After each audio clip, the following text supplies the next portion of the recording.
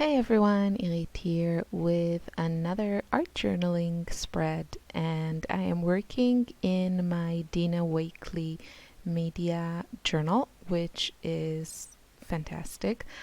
I probably could live without the burlap, but I really love the watercolor paper, and I think I can live with a canvas, and I still haven't gotten to the craft. So basically, I really love the watercolor paper. It's just I don't know, really fun to work with. It's very absorbent and thick, and I don't think I've ever used a similar paper to that.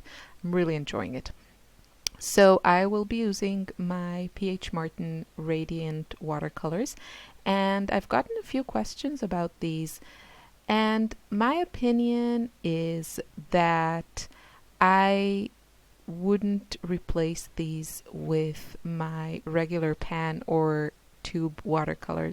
And the reason is that these are extremely staining and they act more like ink. They're very hard to um, kind of remove or lift.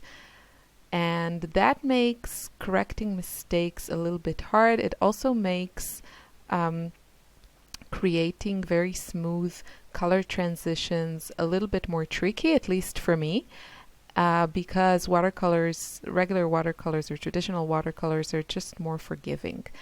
What I do love about these is their vibrancy and intensity, and it's just, for someone who likes bright colors, this is like magic. It's so lovely to work with them. I like the droppers. You might be familiar, there's another type of liquid watercolor called Ecoline or Ecoline or Ecoline. I'm not sure how it's pronounced. I think it's pretty common in Europe at least, and it comes in little jars, and I have a few because they're also very transparent and beautiful, but because they don't come in a bottle with a dropper, I barely use them because I don't want to dip my brush in them. I don't want to contaminate or dilute the color, so you need to bring your own dropper or pipette, and then you need one for each color. I just think they're a little bit too high maintenance, even though they're beautiful and cheaper, I think, than the Dr. P.H. Martins. So the fact that these do have a dropper is a huge plus. Now, I also know these are the Radiant Concentrated Watercolor. There's also, they have a line, Dr. P.H. Martin, called Hydrus, and I know those are more, I think those are made with pigments and not dyes like these are. I think these are made of dyes. So the Hydrus are, I guess, more similar to traditional watercolor because of the way they're made, but they're still liquid. I don't have them, and I don't think I will buy them because I don't feel the need to, but they might behave more like watercolors, so I don't know, maybe they could replace watercolors. But I still don't think one of the other things that I love about pan watercolor or watercolor from a tube that you squeeze into a palette and let it dry is the ease of use. You can have a palette with lots and lots of colors, and they're all at your fingertips, and you don't have to open a bottle. They're just there. You just need water to reactivate them. And yeah, so I would say these are a great addition to any art supply collector, let's say. But I wouldn't I wouldn't say, if you had to choose just one, I would definitely go with regular watercolors. Having said that, I love these. I'm having so much fun with them. And this is another page that I made in my art journal. The illustration type is inspired by Jodi Ohl that I've mentioned in previous videos. I really love her style, and what I like about her style of like sketching from the example that I've seen is just it makes it so easy to start a page. I mean, usually I just put on, I just cover it with watercolors, and sometimes then it's a little bit harder to, I guess, move forward or, you know, find a direction or what to do next. But with this type of just this sketching at the beginning, I kind of have a good place to start from, and I can play in different areas, and it's just really a lot of fun. So you see that in some areas the watercolors touch the other section, and that allows the colors to flow. You need to keep an eye on these situations when they happen.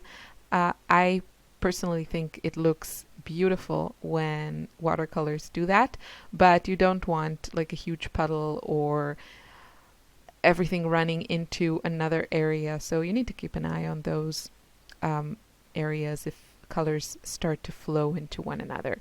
And I thought I would add something here. So I tried to add these clouds. They're okay. They're not my favorite. My pen wasn't going on as opaque on that blue as I would have liked. I'm not sure why, if it's just not strong enough, because usually my this is the Signo, it's extremely opaque, at least the most opaque from any other gel pen that I've ever used, and I love it. But somehow here it was looking a little bit muted to me. So I kind of went back with my black pen, and this is a Staedtler pigment pen, I think.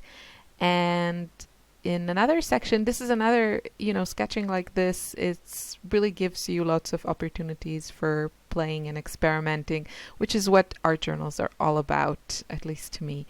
And I tried these spots, and I really love it, because the next step I will do is to kind of paint again the area around the spots.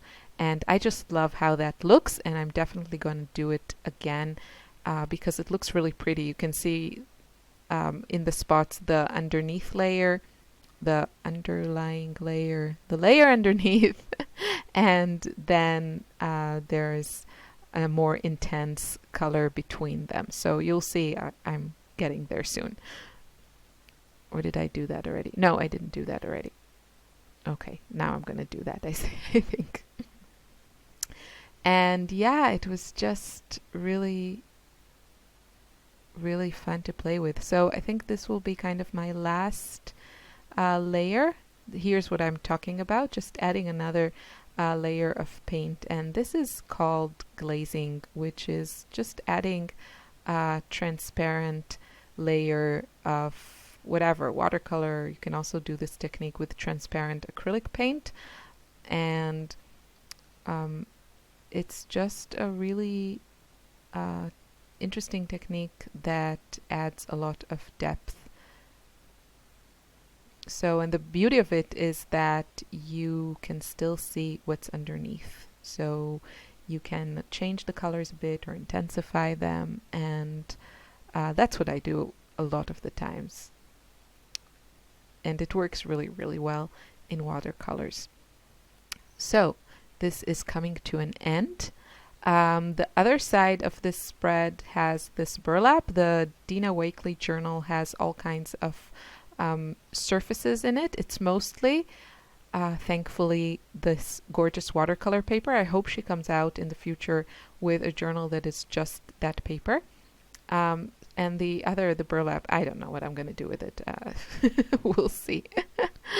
So that's it. Here are some close-up shots. You can see the beauty of watercolors, how they move and, you know, invade the areas next to them. It's one of the magic, it's the magic of this medium.